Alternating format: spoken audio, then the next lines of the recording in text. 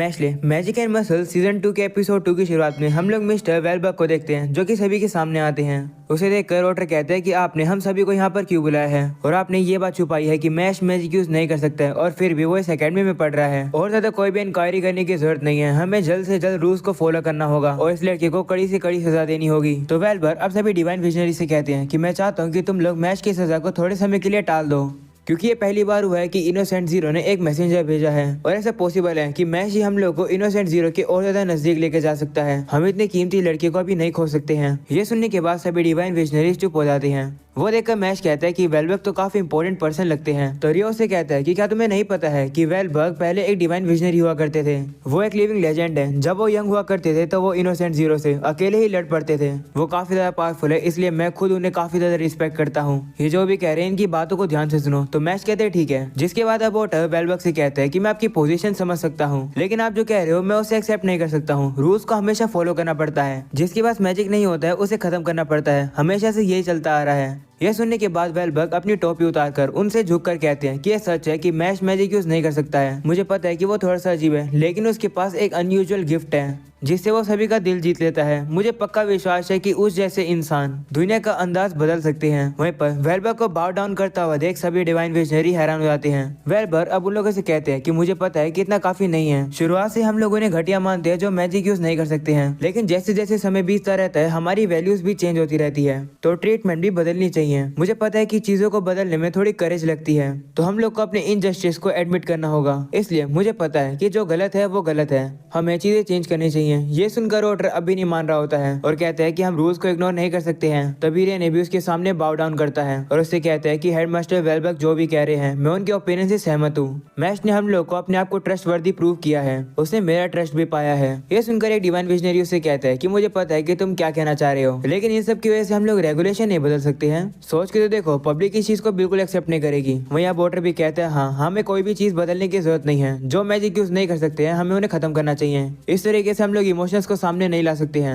ये सुनकर ब्लेस वहाँ पर आता है और कहता है कि मैं भी तुम लोग की बात पर एग्री करता हूँ। हमारी मैजिकल पावर गॉड की दी गई हुई स्पेशल गिफ्ट है, तो ये नेचुरल है कि जिनके पास मैजिक नहीं है वो एक्सक्लूडेड है। लेकिन मैश जिसके पास मैजिक नहीं है उसने अभी मेरी जान बचाई। मुझे पता है कि मुझे रेगुलेशन फॉलो करने चाहिए। मैं जो बोलने वाला हूँ उसकी वजह से अगर मुझे ड्यूटी से हटा दिया जाएगा तो मुझे मंजूर है, लेकिन डिवाइन विजनरीज मैं भी चाहता हूँ कि तुम लोग मैश की सजा को थोड़े समय के लिए टाल दो। अगर ऐसा हो सके तो तुम लोग मुझे जैसे पनिशमेंट देना चाहते हो दे सकते हो, लेकिन मैं अपने डिसीजन को नहीं बदलूंगा।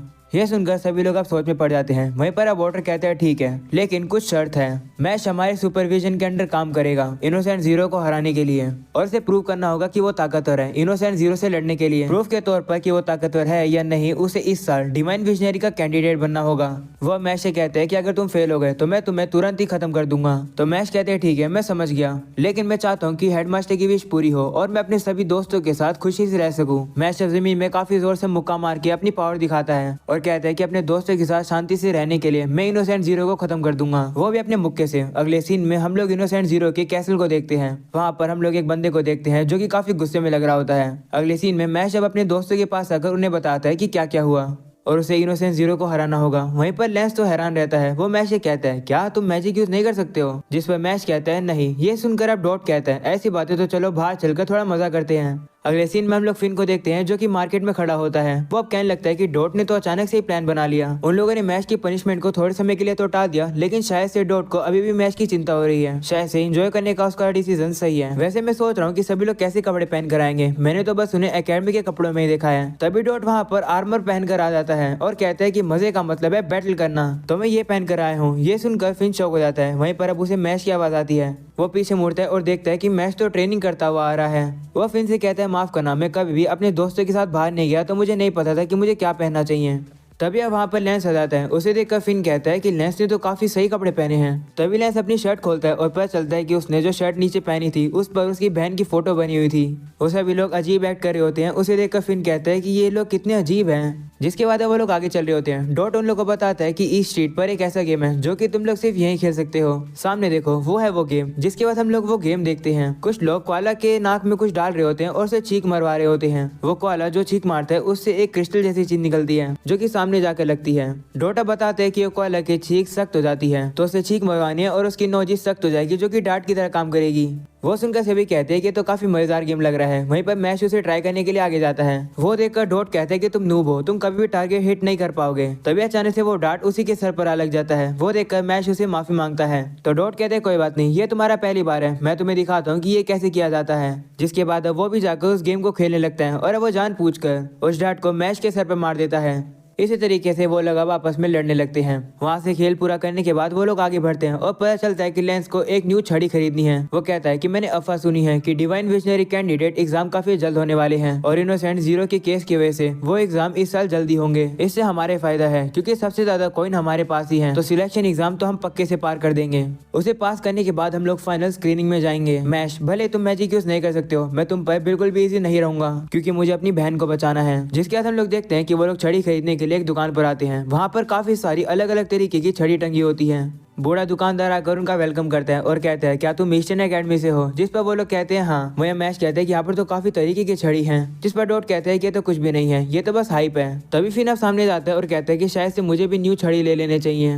वो अपनी मैजिकल पावर को बाहर निकालने लगता है जिससे कि एक छड़ी अपने आप ही उसके पास आ जाती है। मैश ये देखकर हैरान होता है और कहता है कि ये क्या हुआ? तो फिन उसे बताता है कि तुम्हारी मैजिक पावर तुम्हारे लिए एकदम परफेक्ट छड़ी को समन कर देती है। तो दुकानदार उनसे कहता है कि छड़ी एक टूल होते हैं मैजिकल पावर को रिलीज करने के लिए। बेसिकली वो मैजिक यूजर के लिए एक्सटेंशन होते हैं। तुम्हें जो छड़ी सूट करेगी वो तुम्हारे मैजिक पावर को और इम्प्रूव कर सकती है। वहीं पर फिन कहने लगता है कि मेरी मैजिकल पावर भी काफी ज्यादा बढ़ गई है मेरी पुरानी छड़ी की वजह से। ये सुनकर दुकानदार कहते हैं हाँ, इसे टाइम टू टाइम अपनी छड़ी बदलती रहना चाहिए। ये सुनकर लेंस भी सामने जाकर अपनी मैजिकल पावर को यूज करता है और अब एक छड़ी उसके पास आ जाती है। वो देखकर वो दुकानदार उसकी तारीफ करता है और उसे कहते हैं कि तुम्हारे पास जो छड़ी आई है वो तो डबल लाइनर में भी काफी रेयर होती है। ये सुनकर तो डॉट भी जेलस होने लगता है। वहीं पर सभी लोग उसकी तारीफ करते हैं। तभी दुकानदार मैश से कहते हैं कि क्या तुम अपने लिए छड़ी नहीं ढूंढोगे? ये सुनकर फिन मन में कहते हैं कि तो गड़बड़ हो गई, मैश के पास तो मैजिकल पावर है ही नहीं, तो छड़ी उसके पास आएगी ही नहीं। तभी मैश अब सामने जाता है और अपना हाथ आगे करता है और अब उसे जमीन में धंसी हुई एक छड़ी मिलती है। वह पूछता है कि ये क्या है? तो वो दुकानदार कहता है कि ये छड़ी तो हमारे पास काफी सालों से पड़ी है, ये इतनी भारी है इसलिए कोई आज तक इसे उठा नहीं पाया है। कहा जाता है कि इस छड़ी के नीचे एल्फ वाटर है और काफी शानदार छड़ियां बनाई जा सकती है उस वाटर का यूज करके। लेकिन ये तो बस कहानियां हैं, किसी के अंदर भी इतनी मसल नहीं है जो कि इस छड़ी को उठा सके।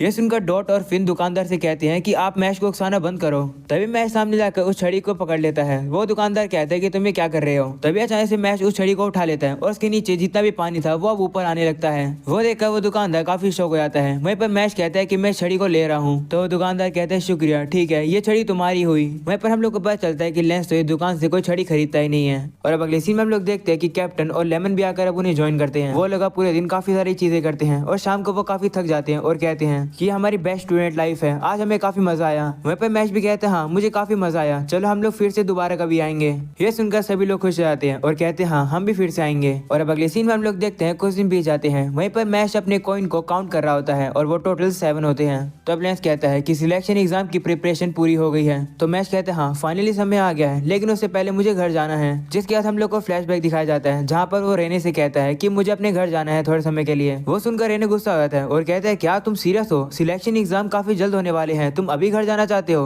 वो सुनकर मैश डर जाता है। जिसके बाद सीन प्रेजेंट का आता है। मैश अब अपने दोस्तों को बताता है कि मैं थोड़े समय के लिए घर वापस जा रहा हूँ। और अब अगले सीन में हम लोग वॉटर को देखते हैं जो कि एक बंदे से कहते हैं कि एक पर्सन जिसको मैजिक नहीं आता है वो डिवाइन विजनरी बनना चाहता है। वेलबर्ग इस चीज को एक्सेप्ट कर रहे हैं। लगता है वेलबर्ग पागल हो गए हैं। जिनके पास ताकत होती है उनकी रिस्पॉन्सिबिलिटी होती है रूल्स से रेगुलेशन को फॉलो करवाना।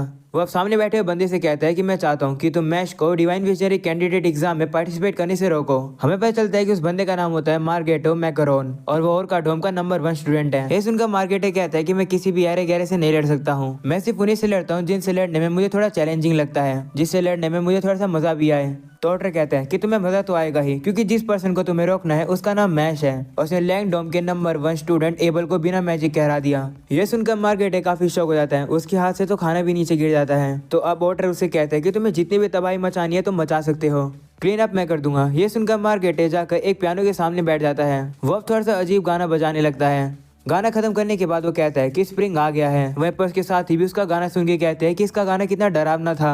और अब अगले सीन में हम लोग देखते हैं कि मैश अब अपने घर पे वापस आ गया है। उसे देखकर उसके फादर काफी ज्यादा खुश होते हैं कि मैश अभी भी सर्वाइव कर रहा है। वहीं पर हम लोग देखते हैं कि वो गार्ड भी वहाँ पर होता है। वो मैश से कहता है तो तुम काफी अच्छा कर रहे हो। तभी हम लोग देखते हैं कि मैश के सभी दोस्त भी वहाँ पर आ जाते हैं। वो देखकर मैश के फादर काफी ज्यादा खुश हो जाते हैं कि मैश ने दोस्त बना लिए। वो उनसे कहता है कि मैं मैश को दुनिया के सामने नहीं ला पाया था, इसलिए मुझे नहीं लगा था कि मैश दोस्त बना पाएगा। ये देखकर काफी खुशी हुई कि मैश के दोस्त बन गए हैं। ये सुनकर डॉट उसे कहता है कि हम लोग मैश के दोस्त भी हैं और उसके राइवल भी हैं। ये सुनने के बाद मैश के फादर थोड़े हैरान होते हैं और कहते हैं क्या मैश का राइवल भी है। जिसके बाद लेमन भी अपना इंट्रोडक्शन देती है। वो अब मैश के फादर से कहती है ससुर जी मैं मैश की फ्यूचर वाइफ हूँ, आशीर्वाद दो। ये सुनकर मैश के फादर काफी हैरान हो जाते हैं और कहते हैं क्या मैश की फियोन से भी है। तो कहती है नहीं, अभी तक तो हमारे बीच में कुछ नहीं हुआ है। वहीं पर अब डॉट तो सुन पड़ गया होता है कि लेमन तो मैश की वाइफ बन गई। फिर भी अब मैश के डैड से कहने लगता है कि आपको चिंता करने की जरूरत नहीं है, मैश स्कूल के अंदर काफी अच्छा कर रहा है। इसके बाद हम लोग देखते हैं कि डॉट अब मैश के फादर को आकर थोड़ी सी हर्बल टी देता है गिफ्ट के तौर पर। वो देखकर लेंस कहता है कि ये कैसा गिफ्ट हुआ, गिफ्ट देना है तो ये दो। ऐसा बोलने के बाद वो मैश के फादर को अपनी बहन की मर्चेंडाइज और एक फोटो देता है।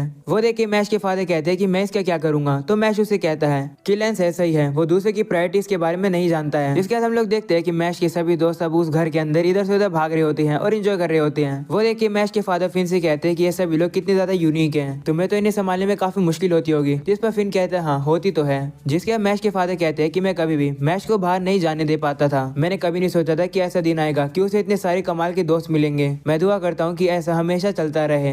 ये सुनकर फिन कहता है आप चिंता मत करो, मैं पक्का श्योर हूँ कि ऐसा हमेशा चलता रहेगा। अगले सीन में हम लोग जंगल में मार्गरेटे को देखते हैं जो कि मैश के घर की तरफ ही आ रहा होता है मैश को हराने के लिए। तभी अचानक से ऊपर से उसके ऊपर काफी सारे स्वॉर्ड के हमले हो जाते हैं जिसे वो लोग काफी इजीली से डॉज करते हुए नीचे आ जाते हैं। मार्गरेटे कहते हैं ओ तो मैश के पास अपना एक पर्सनल बॉडीगार्ड है। तो हम लोग को पता चलता है कि उन लोग के ऊपर हमला करने वाला रेने होता है। वो उसे कहते हैं कि मैं बॉडीगार्ड तो नहीं हूँ लेकिन मैं आसपास ही था, मैंने तुम्हारी डरावनी हंसी सुनी तो सोचा तुमसे मिलने आ जाऊँ। वहीं पर हम लोग देखते हैं कि यहाँ पर तो अब बैटल होने वाली है, लेकिन दूसरी तरफ मैश और मैश के दोस्त तो गेम खेल रहे होते हैं। उन्हें बिल्कुल भी नहीं पता है कि बाहर क्या चल रहा है। और अब इसी के साथ हो जाता है ये एपिसोड यहीं पर खत्म। बस नया तो लाइक कर देना और मेरे गेमिंग चैनल को भी सब्सक्राइब कर देना जिसका लिंक तुम लोग को कमेंट सेक्शन और डिस्क्रिप्शन में मिल जाएगा। सो या मिलते हैं अगले एपिसोड में, तब तक के लिए बाय बाय।